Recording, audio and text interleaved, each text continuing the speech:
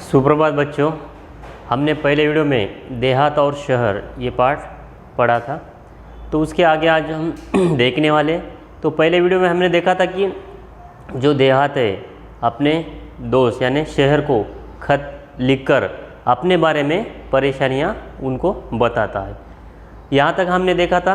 अब देखो आगे अभी जो शहर है, अब शहर देहात को खत लिखता है, पत्र लिखता है और अपने बारे में उसको बताता है और जो उसके गांव में यानी देहात में और तुम क्या कर सकते हो, जो तुम्हारी परेशानियां हो रही है वहाँ पे असुविधाएं हैं, तो तुम कैसे लोगों को समझाकर वहाँ पे और मदद लेकर लोगों की तुम वहाँ पे सुविधाएं बढ़ा सकते हो। तो देखो कैसे उसने अपनी परेशानी और देहात में सुविधाएं कैसे हम प्राप्त कर सकते ये भी उसने बताया है। तो देखो यहाँ पे दिनांक है 15 अगस्त 2017। प्रिय मित्र देहात। अब शहर ने देहात को पत्र में लिखा है कि प्रिय मित्र देहात नमस्कार, आज स्वतंत्रता दिवस है। इस उपलक्ष्य में हार्दिक बधाई। आज क्या है? स्वतंत्रता दिवस है और इस उपलक्ष्य में आपको हार्दिक बधाई। पत्र मिला, तुम्हारा पत्र मिला, तुम्हारी प्रगति के बारे में जानकर खुशी हुई। अब देखो तुम्हारी प्रगति के बारे में जानकर खुशी हुई। मित्र, परिवर्तन सृष्टि का नियम है। मित्र, परिवर्तन क्या है? सृष्टि का एक नियम है, परिवर्तन होना चाहिए और वो ज़रूरी है। भला तुम्हारी स्थिति क्यों न बदलती, धीरे धीरे और भी विकास होगा। देखो अब शहर क्या कर रहा है? कह रहा है कि देहात तुम्हारी जो परिस्थिति है क्यों न बदलती, धीरे धीरे और भी आपके यहाँ विकास हो जाएगा। धीरे धीरे मना, धीरे धीरे सब कुछ होए। माली सींचे 100 घड़ा, ऋतु आए फल होए।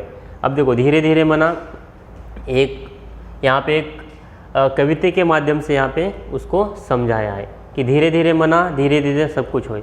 अगर हम धीरे धीरे मन में अगर चाहे तो सब कुछ हो सकता है। और माली सींचे 100 घड़ा, ऋतु आए फल होए। माली सींचे 100 घड़ा यानी माली देखो कैसे पौधों को पानी देता है और वो धीरे धीरे पौधे पेड़ में बन जाते हैं और ऋतु आने के बाद उस पर फल लग जाते हैं। तो इससे हमें धीरे धीरे ये प्रगति होती है। ऐसे इस पंक्तियों का अर्थ है। माना कि कुछ परेशानियां हैं, वहाँ के परिवार तेजी से मेरे यहाँ आ रहे हैं, परंतु यहाँ आकर भी सब कहाँ सुखी है। अब शहर क्या कर रहा है? माना कि तुम्हारे यहाँ बहुत परेशानियां हैं और तुम्हारे जो वहाँ के जो लोग हैं, परिवार है, तेजी से शहरों में आ रहे हैं, लेकिन आकर यहाँ भी क्या वो खुश है? क्या नहीं है, उन्हें रहने के लिए जगह नहीं है।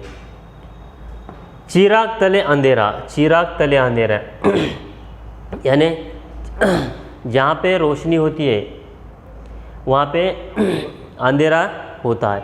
लेकिन देखो चिराग तले अंधेरा यानी चिराग जो होता है उसके नीचे वो उजाला देता है दूसरों को, जो दिया होता है वो सबको उजाला देता है, लेकिन उसके नीचे अंधेरा होता है। ऐसा इसका अर्थ है, चिराग चले अंधेरा। जिन बस्तियों में, जिन हालातों में वे रहते हैं, तुम सुनोगे तो और भी बेचैन और व्यथित हो जाओगे। अब देखो जिन हालातों में वे रहते हैं, तुम्हारे यहाँ के जो लोग हैं, परिवार है, कैसे रहते हैं, अगर तुम सुनोगे तो बेचैन और व्यथित हो जाओगे। उनकी जो परेशानियाँ हो रही हैं यहाँ पे। मेरे यहाँ की दिन ब दिन बढ़ती भीड़ से मैं परेशान हो उठा हूँ। मेरे यहाँ जो बढ़ती दिन ब दिन जो भीड़ है उससे मैं परेशान होता हूँ। जिस चमक दमक की बात तुम कर रहे हो सबको कहाँ उपलब्ध है। तुम्हारे यहाँ से जो यहाँ आते हैं कई बार बाद में पछताते भी हैं। देखो मेरे यहाँ जो चमक दमक है उसके कारण बहुत सारे लोग, परिवार शहरों में आते हैं, लेकिन यहाँ पे उनको रहने के लिए जगह नहीं मिलती और वो बाद में यहाँ पे आने के बाद पछताते भी हैं। मैं चाहता हूँ कि तुम अपने लोगों को समय रहते अपना महत्व समझाओ। मैं चाहता हूँ कि तुम अपने लोगों को समय रहते अपना महत्व समझाओ। जो देहात में बहुत सारी सुविधाएं हो सकती है, इसका महत्व आपको समझाना पड़ेगा। छोटा परिवार सुखी परिवार की बात आप उनकी समझ में आ जानी चाहिए। देखो जो छोटा परिवार और सुखी परिवार है, इसकी बात उनके समझ में आ जानी चाहिए, ऐसे तुम उसे समझाओ, उनको समझाओ, ऐसे शहर कह रहा है। तुम उन्हें बुराइयों से दूर रखकर विभिन्न व्यावसायिक कौशलों, कंप्यूटर संबंधी जानकारी विकसित करने की तरफ ध्यान दो। अब देखो तुम उन्हें बुराइयों से दूर रहकर, यानी जो बुरी बातें है और बुरे विचार के जो लोग हैं उनसे दूर रहकर विभिन्न व्यावसायिक कौशल, कंप्यूटर संबंधी जानकारी विकसित करने की तरफ उनका ध्यान आकर्षित करो। जैसे कि देखो व्यावसायिक, विभिन्न व्यावसायिक होते हैं, कौशल, अलग अलग कलाकृतियाँ, कंप्यूटर जैसे ज्ञान संबंधी जानकारी विकसित करके उनका ध्यान अपनी तरफ खींचो। यानी देहातों में भी ऐसी सुविधाएं हो सकती है, उनको ऐसे समझाना पड़ेगा आपको। आगे देखो, खेल तो ग्रामीण जीवन की आत्मा है। खेल तो क्या है? ग्रामीण जीवन की आत्मा है। दौड़ना, तैरना, पेड़ों पर चढ़ना, उतरना तो वहाँ के बच्चों की रग रग में रचा बसा है। आज के कितने विख्यात खिलाड़ी गांव से ही आगे बढ़े हैं। देखो आज से कितने विख्यात खिलाड़ी गांव से ही आगे बढ़े हैं। अब देखो गांव में जो होता है दौड़ना, तैरना, पेड़ों पर चढ़ना, उतरना तो वहाँ के बच्चों के रग रग में है। तो और आजकल देखो विख्यात जो खिलाड़ी बने हैं वो गांव से भी बने हैं। उनको प्रोत्साहित करना तुम्हारी नैतिक जिम्मेदारी है। और उनको प्रोत्साहित करना क्या है? तुम्हारी नैतिक जिम्मेदारी है। उनको आगे बढ़ने के लिए आप प्रोत्साहित करो। खेल संबंधी मार्गदर्शन देकर हमारा देश अंतर्राष्ट्रीय स्तर पर प्रगति कर सकता है। अपने गांव को एक परिवार समझकर उसे विकसित करने का प्रयत्न करो। देखो शहर कह रहा है कि खेल संबंधी जो मार्गदर्शन है वो देकर क्या करना है? हमारा देश अंतर्राष्ट्रीय स्तर पर प्रगति कर सकता है, ऐसे उनको महत्व आपको समझाना पड़ेगा और इसके कारण उनको ये महत्व समझ में आएगा। अपने गांव को परिवार समझकर उसे विकसित करने का प्रयत्न करो। अपना गांव एक परिवार समझकर उसे क्या करना है? विकसित करना है। कैसे? हमारा एक गांव हमारा परिवार है और उसे छोड़कर आपको कहीं जाने की ज़रूरत नहीं होगी, ऐसे उनको समझाना पड़ेगा। आगे देखो,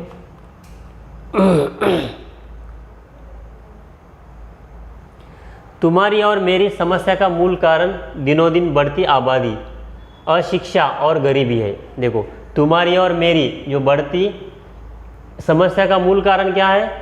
बढ़ती आबादी और अशिक्षा और गरीबी, ये तीन कारण है। बढ़ती आबादी, अशिक्षा और गरीबी, ये तीन कारण है। मेरे यहाँ लोग रोजगार की तलाश में आना कम कर दे तो तुम गांव वालों को सहकारिता का महत्व समझाओ। सहकारिता पर आधारित छोटे छोटे व्यवसाय तुम अपने यहाँ शुरू करवाओ ताकि कृषि आधारित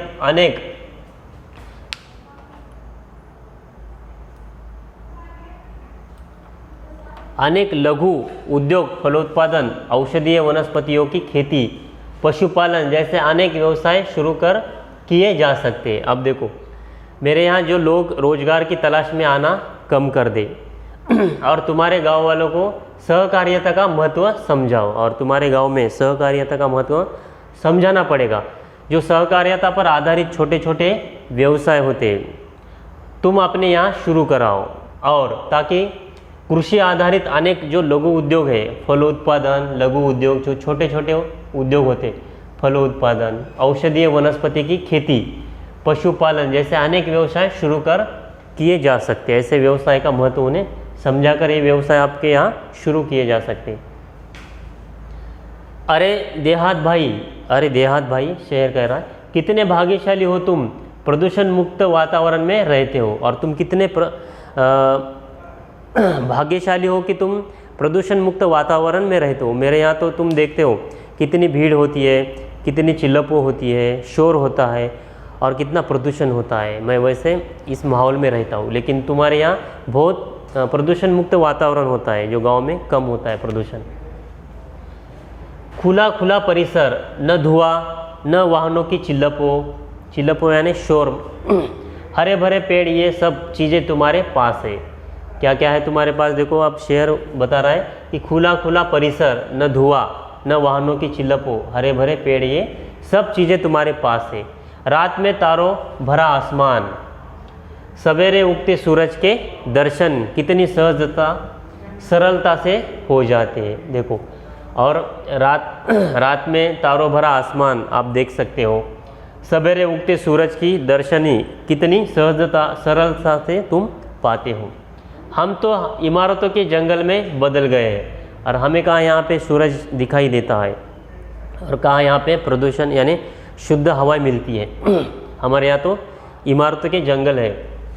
खुला आसमान, बड़ा मैदान हमारे लिए कितने अनमोल एवं दुर्लभ हो गए हैं। खुला मैदान और कितने हमारे यहाँ खुला मैदान और कितने अनमोल एवं दुर्लभ हो गए हैं। जो खुला आसमान हमने कभी देखा भी नहीं और जो खुला मैदान यहाँ पे नहीं दिखाई देता है, इनसे हम बहुत अनमोल और दुर्लभ हो गए हैं। ये तुम नहीं समझ सकती, ये तुम हमारी परेशानियाँ नहीं समझ सकते। तुम्हारे तहसील और क्षेत्र के लोगों को चाहिए कि वे अपने क्षेत्र का सर्वांगीण विकास करने के लिए अपने जनप्रतिनिधियों का सहयोग ले। अब देखो, शहर क्या कह रहा है कि तुम्हारे तहसील और क्षेत्र के लोगों को चाहिए कि वे अपने क्षेत्र का सर्वांगीण विकास करने के लिए अपने जनप्रतिनिधियों का सहयोग ले। देखो, अब तुम्हारे यहाँ जो तहसील होता है, क्षेत्र के लोग होते हैं और जो सर्वांगीण विकास करने के लिए जो जनप्रतिनिधियों का सहयोग ले, क्योंकि जो समाज सेवक होते हैं और भी कुछ नेताएं होते हैं, उनका भी आप सहयोग ले सकते हैं। तुम्हारे यहाँ जो बच्चे विद्यालय में पढ़ रहे हैं, यदि अभी से उन्हें सही दिशा, उचित मार्गदर्शन दिया जाए तो भविष्य में वे ही हम सबकी व्यथा कम कर सकते हैं। अब देखो, तुम्हारे यहाँ जो विद्यालय में बच्चे पढ़ रहे हैं, उनको भी ये महत्व उनको देना पड़ेगा शिक्षा से। यदि अभी से उन्हें सही दिशा, उचित मार्गदर्शन किया जाए तो भविष्य में वे भी हम सबकी व्यथा कम कर सकते हैं, जो तुम्हारे यहाँ देहातों में हो रही है। इन बच्चों को इनका महत्व समझाए अभी से, तो ये भविष्य में आने वाले भविष्य में जो व्यवसाय है अलग अलग, कंप्यूटर जैसे, अंतर्जाल से, ये सभी सुविधाएं आपके देहात में भी उपलब्ध हो सकती है। और इनके कारण सही दिशा और उचित मार्गदर्शन दिया जाए तो ये संभव है। और इनकी भविष्य में सबकी व्यथा है ये कम कर सकते हैं। वे ही हमारे आशा स्थान है और वे ही हमारे क्या है, आशा स्थान है, भविष्य है हमारे ये बच्चे। मुझे पूरा विश्वास है कि उन पर अवश्य ध्यान दिया जाएगा। और मुझे विश्वास है, शेयर क्या कर रहा है, मुझे तुम पर विश्वास है, तुम ये सब कर सकते हो और अवश्य इन ध्यान देना चाहिए। और इन बातों में मैंने जो बातें बताई आपको, इन पर आपको ध्यान देना चाहिए। ये सभी बातें आपके भविष्य के लिए अच्छी है और इन कारण आप देहातों का और भी विकास हो जाएगा और जो हमारे यहाँ शहरों में बढ़ती आबादी कम हो जाएगी और इसके कारण आपके देहातों में भी सब सुविधाएं उपलब्ध हो जाने के बाद ये जो लोग हैं वहाँ पे खुशी से रह पाएंगे। तो देखो बच्चों, आज हमने देहात और शहर, इन दोनों की परेशानियाँ और सुविधा असुविधा, कैसे यहाँ पे देहात में असुविधा है और शहरों में सुविधा है, और उसके कारण भी जो शहर है परेशान है, क्योंकि वहाँ पे बढ़ती जनसंख्या के कारण और प्रदूषण, सभी समस्या से शहर भी परेशान। ये दोनों ने कैसे मिलजुल कर अपनी परेशानियों का हल बताया और उस पर कैसे अमल करना है, ये भी इन दोनों को समझ में आया। तो ऐसा ये देहात और शहर, ये पार्ट आज हमने पढ़ा है। इस पर जो स्वाध्याय मैं आपको अगले वीडियो में दे दूँगा, ठीक है। इसे एक बार फिर से पढ़िए, ठीक है, ओके।